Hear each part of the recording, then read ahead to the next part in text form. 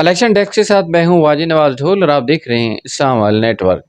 नाज़रीन, पंजाब और केपीके के संगम पर वाक़ ज़िला बखर की कुल आबादी 19,57,470 नफूस पर मुश्तमिल है, जहाँ रजिस्टर्ड वोटर्स की कुल तादाद 10,42,684 है, जिसमें मर्द वोटर्स की तादाद 5,51,246 जबकि ख़वातीन वोटर की तादाद 4,91,438 है।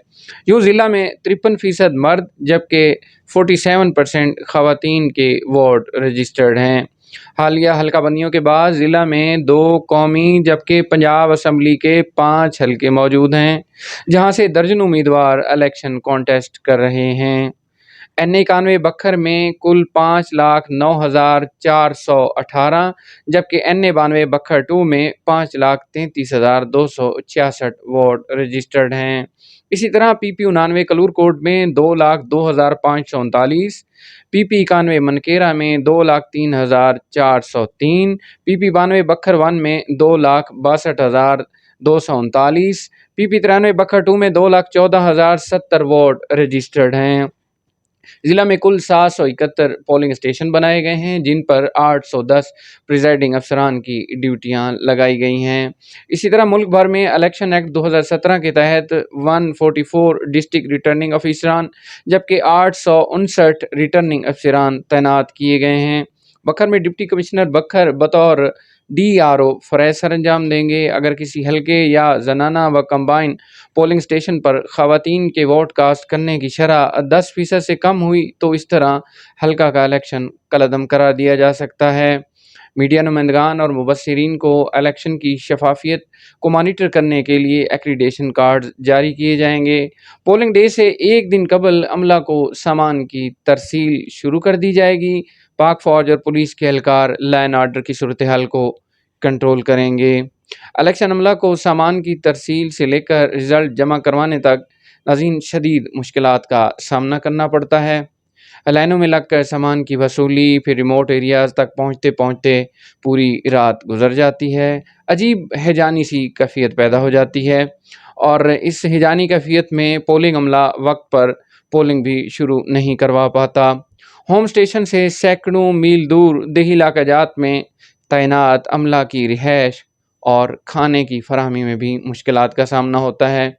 और जो पोलिंग अमला है वो खाने और रिहाइश के मामले में वहाँ के मकामी अफराद, पॉलिटिशियंस, नंबरदार या फिर पटवारियों के रहमो करम पर छोड़ दिया जाता है।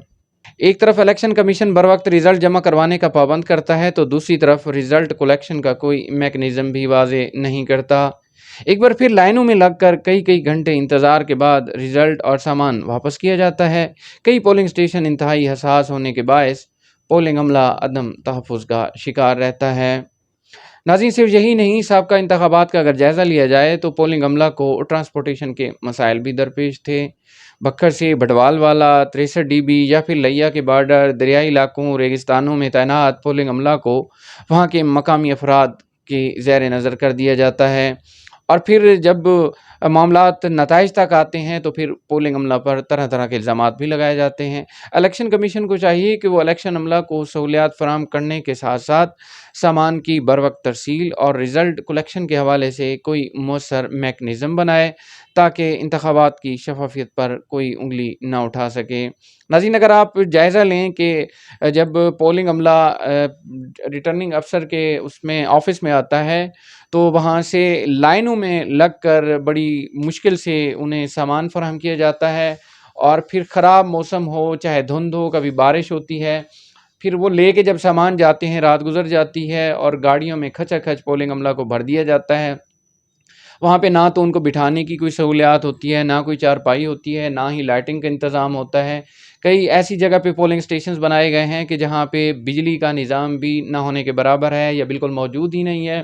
फिर वहाँ पे मोबाइल की लाइटों या मकामी अफराद की मदद से लालटेन या फिर लाइटों से जो है वहाँ पे रोशनी की जाती है।